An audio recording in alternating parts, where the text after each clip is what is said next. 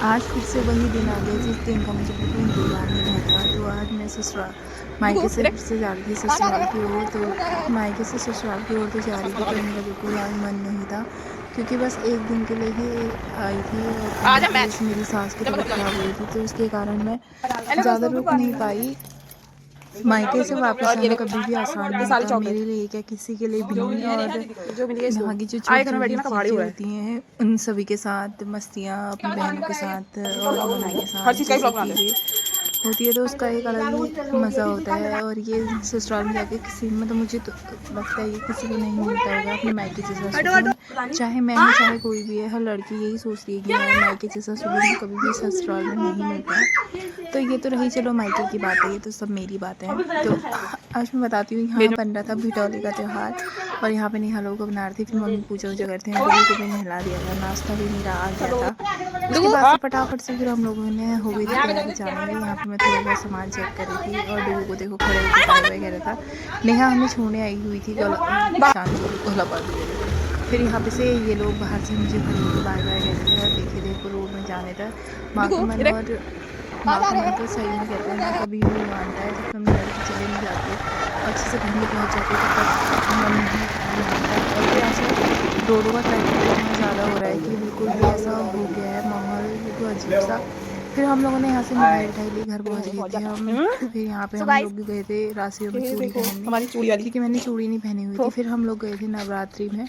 तो अभी यहाँ पे सब लोग रेडी हो गए हैं और मैं भी रेडी हो गई थी। मैंने येलो कलर की साड़ी पहनी थी। फिर यहाँ पे सभी लोग जाने लगे थे, बड़ी दीदी आ गई थी और हम पहुँच गए थे भजन में। और यहाँ पे मामी मुझे टीका लगा रही थी, क्योंकि अभी भजन स्टार्ट नहीं हुए, हम लोग आ गए थे लेकिन हमारे आने के बाद ही स्टार्ट हुए। तो यहाँ पे मामी मुझे टीका लगा रहे थे और उसके बाद साथ को यहाँ पे मैंने टीका लगाया। तो अब आप एंजॉय करो भजन।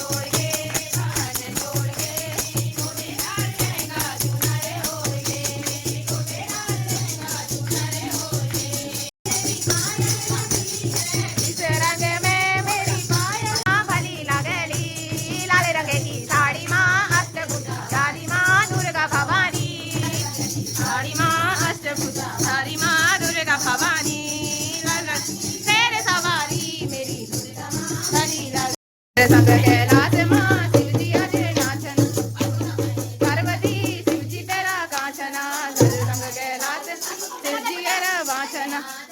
मैं म्यारी लगी रो झाकर, मैं म्यारी लगी रो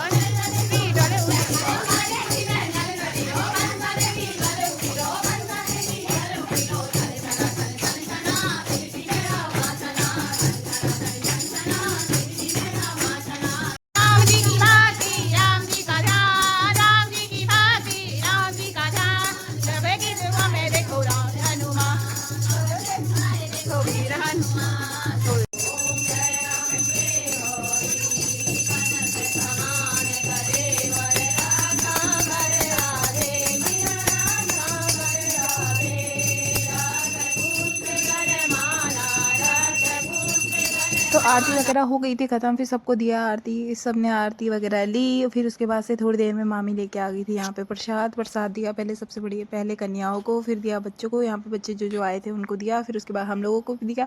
फिर उसके बाद सब लोग घर को जाने लग गए थे। और आज का ब्लॉग इतना ही। कैसा लगा आपको मेरा ब्लॉग, ज़रूर बताना। तो बाय दोस्तों।